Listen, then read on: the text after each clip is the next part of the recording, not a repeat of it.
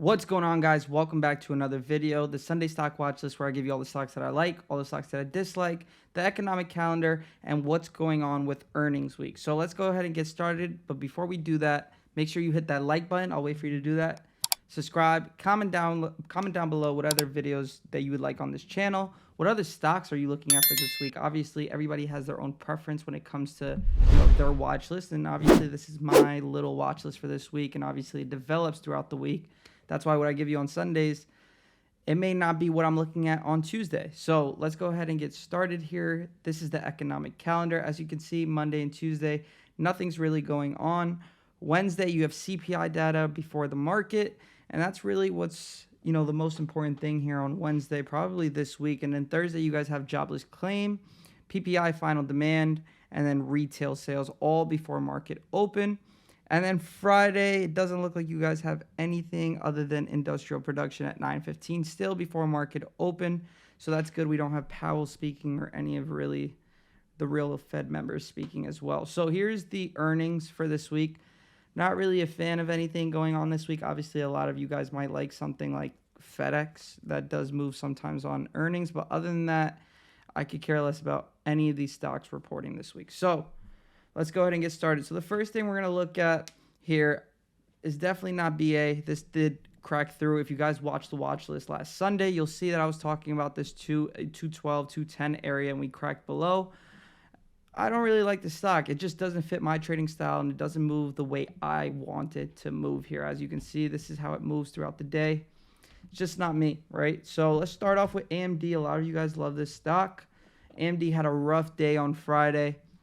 High of that Friday or literally yesterday, 106.76. Low is 101 pre-market here. If I put this on the 1 hour for you guys, you'll see what I'm looking at on the stock. We have a lot of room. You guys can see that this low here on the 1 hour, which is the last 20 days, is $99. Now, when I put this on the 4 hour, you can see that after this $100 level, really we hit, what was that exact low? Let's see, 99.58, right? But my real support is 100. That's why we wicked above that. This support here at 100, after this, there's not much for me until 95. Obviously, you might run into areas where it'll consolidate. But as you can see, even on the volume profile, you can see this is where the congested zone is, right? Where we might run into an area in this 97, 95 area where the stock starts to slow down to the downside because of previous history here. So what I'm looking at is I'm going to see if we can break 100 with volume. After that is that 99.58 level. After that, I don't really have much, right? And then all I really have room to is 97. Obviously, I'm going to watch the sentiment of the market with something like this. And then obviously the volume and times of sales. You have to really read the tape on a stock like this, right? And especially the way I trade, it's going to be a little tricky. But I have to see the weakness on this on Friday or this week at least, without the market, because we did have a struggling Friday for the overall market. If you look at the S&P 500, S&P was down 1.2%, which is about 5 points here. You can see we struggle a lot. So for AMD to come down with the market, it's not a bad thing, right? Even if I put QQQ, right, the NASDAQ here, this struggled bad too, 1.7% for the day.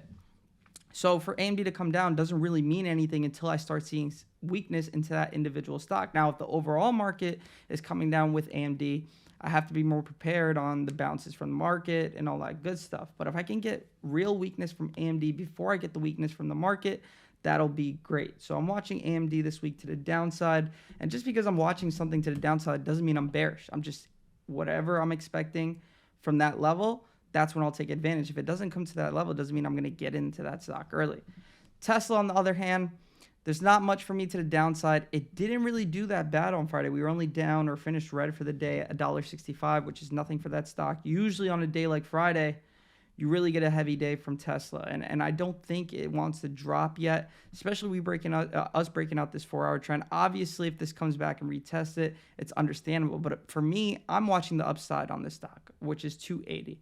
Not only am I watching the resistance that I have there, and after that, I don't really have much until like 287. We'll probably run into some struggles at 285. But the 1 year also has a gap. I know a lot of you play these gap plays a lot. It has room up to like 289-ish, around that area, maybe just dead even at 289. That's what I'll be watching to see if we can get the momentum on the stock.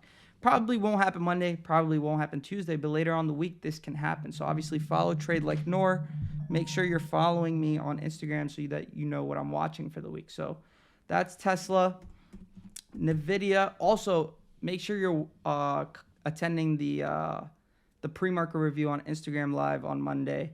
I'll be doing that at 9 a.m. Eastern time. I like to do that once a week where you guys kind of see where I'm looking at for the day, kind of get an inside scoop, obviously, before I hop in the Discord and give my live signals. So NVIDIA, I made $16,000 on this, almost $17,000 on Friday. Should have been way more. I was just super light and very hesitant because the market has been, in range. But you can see, we talked about this last Sunday as well. Nothing surprising here it should be nothing surprising for you guys this week or what happened last week on the video because I talked about this already. But we broke support, we broke trend, and now this stock is just down bad. We're down 3.6% versus the market 1.6, right? So you put this on the 4-hour. Now we go on the 1-hour. You guys can see we have this uptrend that we've been bouncing on recently. Let's see if we break it. Right now, what I'm looking at on this stock is the 435 level and then 430, and after that this stock can really get going. But obviously later on, definitely not this week, at least we hope so, because that would be catastrophic. We do have a gap that starts at like 367 ish, and this gap is pretty steep. So I love the downside for NVIDIA. I honestly think this is going to be a short for the year. But I'm not going to take advantage of that because they might try to squeeze this and treat this stock like Tesla like they did before, this whole AI thing that they got going on. I just didn't like that earnings call with the CEO. But let's forget about that. That's fundamentals. We're talking about strictly day trading here. Watching 435 on this, then 430. And after that, we can really get going. Make sure you follow me on Trade Like Nor. You'll get the updated charts for me throughout the week and what I'm really looking at. Apple, next thing I'm watching this week. This stock is not something I like to trade. Be quite honest with you guys. Some days where I'm like, all right, I'm going to take advantage of it today, possibly, but it's very rare. But anyways, on this 4-hour, you guys have this wedge here, downtrend on the top, uptrend at the bottom here. We're looking like we're about to break it, could act as support. But now if I drop this time frame to a lower time frame, you can see we're kind of consolidating in this area, this 173 level, right? And I think the low here is like 173.50. So I'm watching 173.50 to the downside. Next support from there is the 172.50, then 170. Obviously, I have to be prepared to see if this bounces in that area because it's proven that it's bounced a few times. I think this is the third time it's testing that area. So I'm watching that, watching Apple to the downside. I don't really have anything for the upside to be prepared for Apple. So if that doesn't come, Apple's out the watch list. Netflix, this stock, down bad the past few days. They've had some troubles, some news behind it, so some catalyst. As you can see, it started, when was this? September 13th to the downside. Look at this drop. I wish I was here. I usually walk away at 11 a.m. So this ended up happening at almost 12 a.m. Definitely wish I was there. You can see this drop from 434 down to my support level at 420. And it was very quick. So I'm watching Netflix to the downside as well. On the 4-hour, you will see that this has a lot of room to my trend, which is around 380, 381. It'll be lower throughout the week. Put this on the 1-hour, we can see that we're consolidating. Now, what am I watching on this?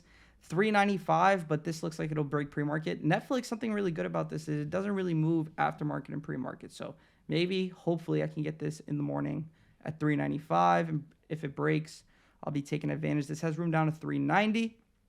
Now, if I put this on the 4-hour, I don't have anything till 385, then 380, 381, wherever that trend is. So watching Netflix to the downside this week. I actually really like this stock. The problem is the spreads on those contracts are super annoying sometimes.